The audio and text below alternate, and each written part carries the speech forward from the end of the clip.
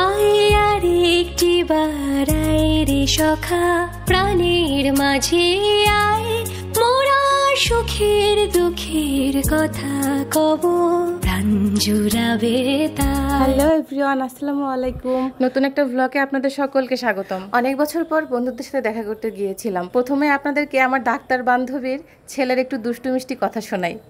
সাহিদ, তুমি কি লিপস্টিক দিবা? না, তুমি মেয়ে না, তুমি কি ছেলে? ছেলে। এখন কি খাবা? এটা তো তোমার জন্য না বাবা, আমরা খাই। ঈদের ছুটিতে বাড়িতে যাওয়ার আগেই আমরা প্ল্যান করেছিলাম যে সবাই মিলে দেখা করব। এত প্ল্যান করার পরেও সবাই দেখা করতে পারিনি, মানে বিভিন্ন ব্যস্ততা, সবার বিয়ে হয়ে গিয়েছে। আর বিয়ের পরে তো বোঝেন সংসার, এটা সেটা, সবার জব, এই জন্য আর সবার দেখা করা হয়ে ওঠেনি। সবাইকে সত্যি অনেক মিস করেছি। সবাই যদি এখানে থাকতো সত্যি খুব ভালো লাগতো।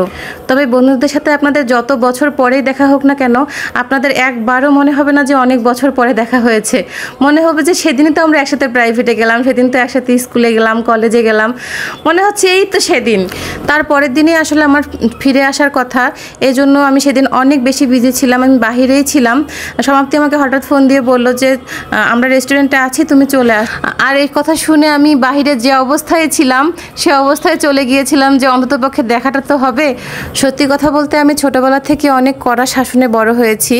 এই তো ধরেন স্কুল কলেজের পর যে বন্ধুদের সঙ্গে ঘুরতে যাওয়া বা হচ্ছে কোনো রেস্টুরেন্টে যাওয়া আমি কখনোই যাইনি, কারণ আমার আব্বু কখনোই পছন্দ করতেন না। আর আমি ভীষণ ঘুম কাতুরে ছিলাম, মানে স্কুল কলেজ শেষ করে এসে আমি আসলে কোনো রকম খেয়ে দিয়ে ঘুমিয়ে পড়তাম। আমার আব্বু দাদু ওখানকার স্থানীয় হওয়ায় মানে আমি কোথায় যাচ্ছি, কি করছি, কাকে রাস্তায় সালাম দিলাম এবং কার সাথে কি কথা বললাম, মানে আব্বু ঠিকই থাকতো না সাথে, কখনোই স্কুলের সাথে নিয়ে যেত না, তারপরেও সব কিছু বলতে পারতো। এই জন্য ভয়ে আমি আরও কোথাও যেতাম না। তো বিয়ের পর আমার হাজব্যান্ড আবার এসব বিষয়ে অনেক স্বাধীনতা দিয়েছে।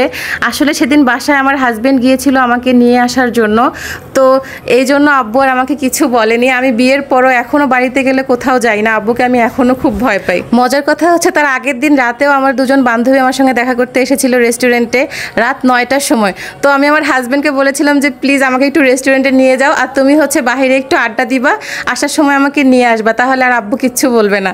তো বেচারা সত্যি সত্যি সেই কাজটাই করেছে। আমি যতক্ষণ ওদের সাথে কথা বলেছি, গল্প করেছি, ও বাহিরেই ছিল, আড্ডা দিচ্ছিল। আমার থেকে অবশ্য আমার হাজব্যান্ডের আমার এলাকায় বেশি পরিচিতি, কারণ সে প্রায় 3 বছর আমার বাবার বাসার এলাকায় জব করেছে। কত কথা বলে ফেললাম তাই না? তো সেদিন আমরা যেহেতু অনেক বছর পর দেখা করতে গিয়েছি, শিরিন আর প্রিমা অনেক গল্প করছিল, আমি আর সমাপ্তি ওদের গল্প ভীষণ এনজয় করছিলাম চুপচাপ। সমাপ্তি আমাকে বলছিল একটু রেকর্ড করে রাখো। এই ভিডিও দেখার পর নিশ্চয়ই শিরিন আর প্রিমা আমার সাথে অনেক রেগে যাবে। আমার কিন্তু কোনো দোষ নেই, সমাপ্তি এই কাজটা আমাকে করতে বলেছে, আর স্পিডটা ওই বাড়িয়ে দিতে বলেছিল। আমরা আড্ডা দিচ্ছিলাম আর ফোন দিয়ে এক একজনকে ডেকে নিয়ে আসছিলাম। তো এবার এসেছে আশা। আমাদের দুজনেরই ডাকনাম সেম। একদিন আমরা দুজন রমজান মাসে কেমিস্ট্রি প্রাইভেট শেষ করে বাসায় ফিরছিলাম একই রিক্সায়। তো ওখানে হরতাল ডিউটি চলছিল, সে সময় কিছু পুলিশ হরতাল ডিউটি করছিল।